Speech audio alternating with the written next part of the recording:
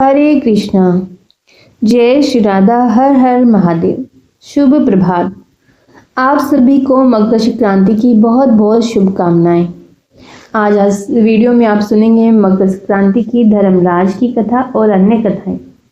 धर्मराज जी का व्रत मकर संक्रांति के दिन से आरंभ किया जाता है। धर्मराज जी के व्रत की कथा वर्ष भर सुनी जाती है। ये यमराज है, इन्हीं को धर्मराज के नाम से भी जाना जाता है। माना जाता है कि जिस घर में स्त्री या पुरुष धर्मराज की कथा को श्रद्धापूर्वक प्रतिदिन पढ़ते हैं या सुनते हैं, वे दुखों से मुक्त हो जाते हैं। मृत्यु पश्चात उन्हें यमलोक के मार्ग में कोई कष्ट नहीं होता तथा शीघ्र ही उन्हें स्वर्ग तथा मोक्ष प्राप्त होते हैं। धर्मराज जी की कथा में ही धर्मराज जी के व्रत की विधि भी बताई गई है, जो इस प्रकार है। प्राचीन काल में बब्रुवाहन नामक एक राजा था। वह बड़ा धर्मात्मा और दयालु था। उसके राज्य में हरिदास नाम का एक ब्राह्मण था। हरिदास बड़ा तपस्वी था। उसकी पत्नी का नाम गुणवती था और वह बहुत ही सुशील और धर्मवती थी। गुणवती पतिव्रता और भगवान की बड़ी भक्त थी। गुणवती ने अपने जीवन में सभी देवी देवताओं की उपासना की। एकादशी, महाशिवरात्रि तथा जन्माष्टमी आदि सभी व्रत विधि विधान से करती थी। वह यथाशक्ति दान पुण्य भी करती रहती थी। अतिथि सेवा से भी वह कभी विमुख नहीं रही। इस प्रकार जीवन भर वह धर्मपरायण रही। वृद्धावस्था में जब उसका देहांत हुआ तो धर्मराज जी के दूत उसे आदर पूर्वक धर्मराजपुर ले गए। धर्मराजपुर में सुंदर सिंहासन पर धर्मराज जी भगवान विराजमान थे। उनके पास ही चित्रगुप्त जी का स्थान था। चित्रगुप्त जी मृत प्राणियों के पाप पुण्य का लेखा धर्मराज जी को सुना रहे थे। गुणवती भयभीत हुई, वहां नीचे मुंह करके खड़ी हो गई। चित्रगुप्त जी ने उसके पाप पुण्य का ब्यौरा धर्मराज जी को दिया, जिसे सुनकर धर्मराज जी को प्रसन्नता हुई, किंतु कुछ उदासी उनके मुखमंडल पर छा गई। यह देखकर गुणवती ने पूछा, मैंने अपने जीवन में कोई दुष्कर्म नहीं किया, फिर भी आपके मुख पर उदासी क्यों है? कृपा करके बताइए। धर्मराज जी ने कहा, हे देवी, तुमने सभी देवी देवताओं को व्रत आदि से संतुष्ट किया है, लेकिन मेरे नाम से तुमने कुछ भी पूजा पाठ या दान पुण्य आदि नहीं किया।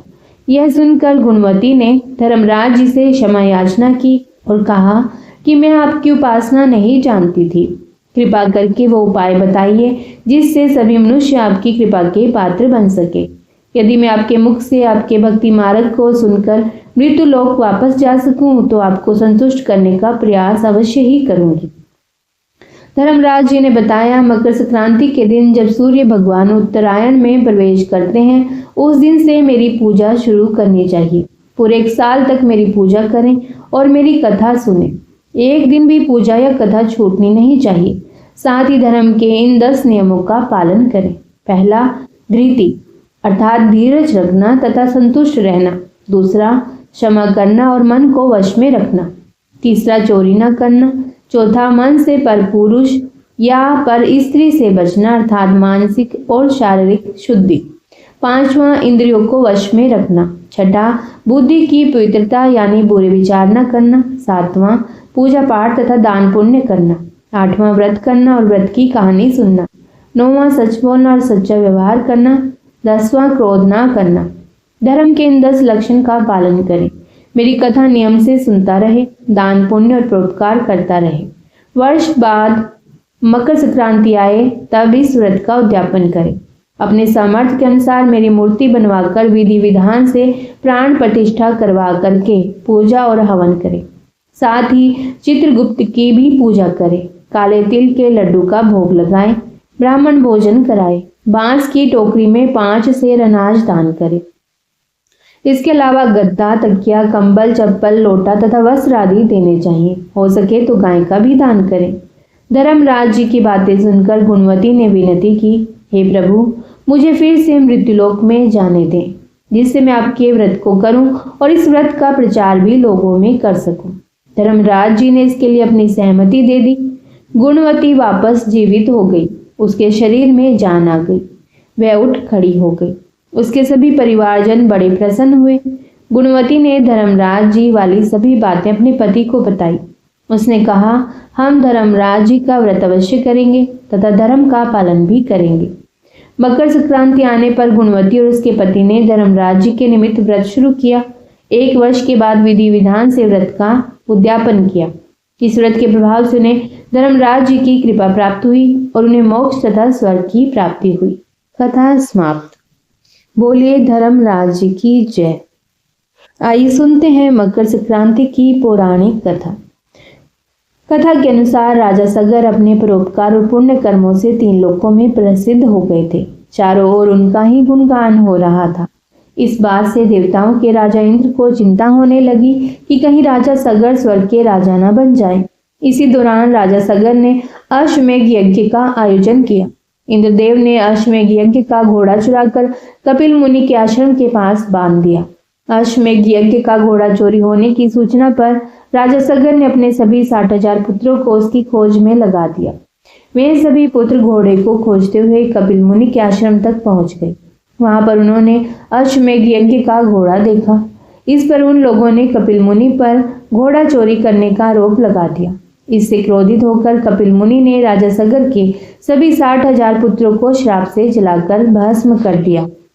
यह जानकर राजा सगर भागते हुए कपिल मुनि के आश्रम पहुंचे और उनको पुत्रों को क्षमादान देने का निवेदन किया। तब कपिल मुनि ने कहा कि सभी पुत्रों के मोक्ष के लिए एक ही मार्ग है, तुम मोक्षदायिनी गंगा को पृथ्वी पर लाओ। राजा सगर के पोते राजकुमार अंशुमन ने कपिल मुनि के सुझाव पर प्रण लिया कि जब तक मां गंगा को पृथ्वी पर नहीं लाते तब तक उनके वंश का कोई राजा चैन से नहीं बैठेगा। वे तपस्या करने लगे। राजा अंशुमान की मृत्यु के बाद राजा भगीरथ ने कठिन तप से मां गंगा को प्रसन्न किया। मां गंगा का वेग इतना था कि वे पृथ्वी पर उतरती तो सर्वनाश हो जाता। तब राजा भगीरथ ने भगवान शिव को अपने तप से प्रसन्न किया ताकि वे अपनी जटाओं से होकर मां गंगा को पृथ्वी पर उतरने दें, जिससे गंगा का वेग कम हो सके। भगवान शिव का आशीर्वाद पाकर राजा भगीरथ धन्य हुए।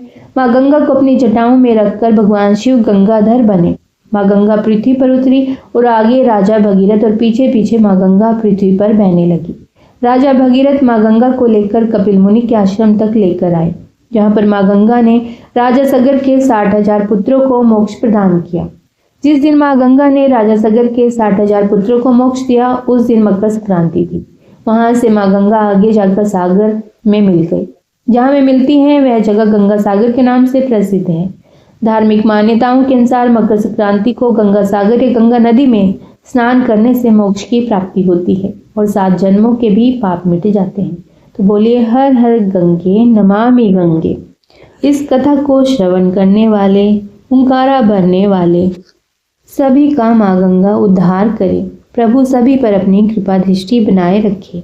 बोलिए हर हर महादेव।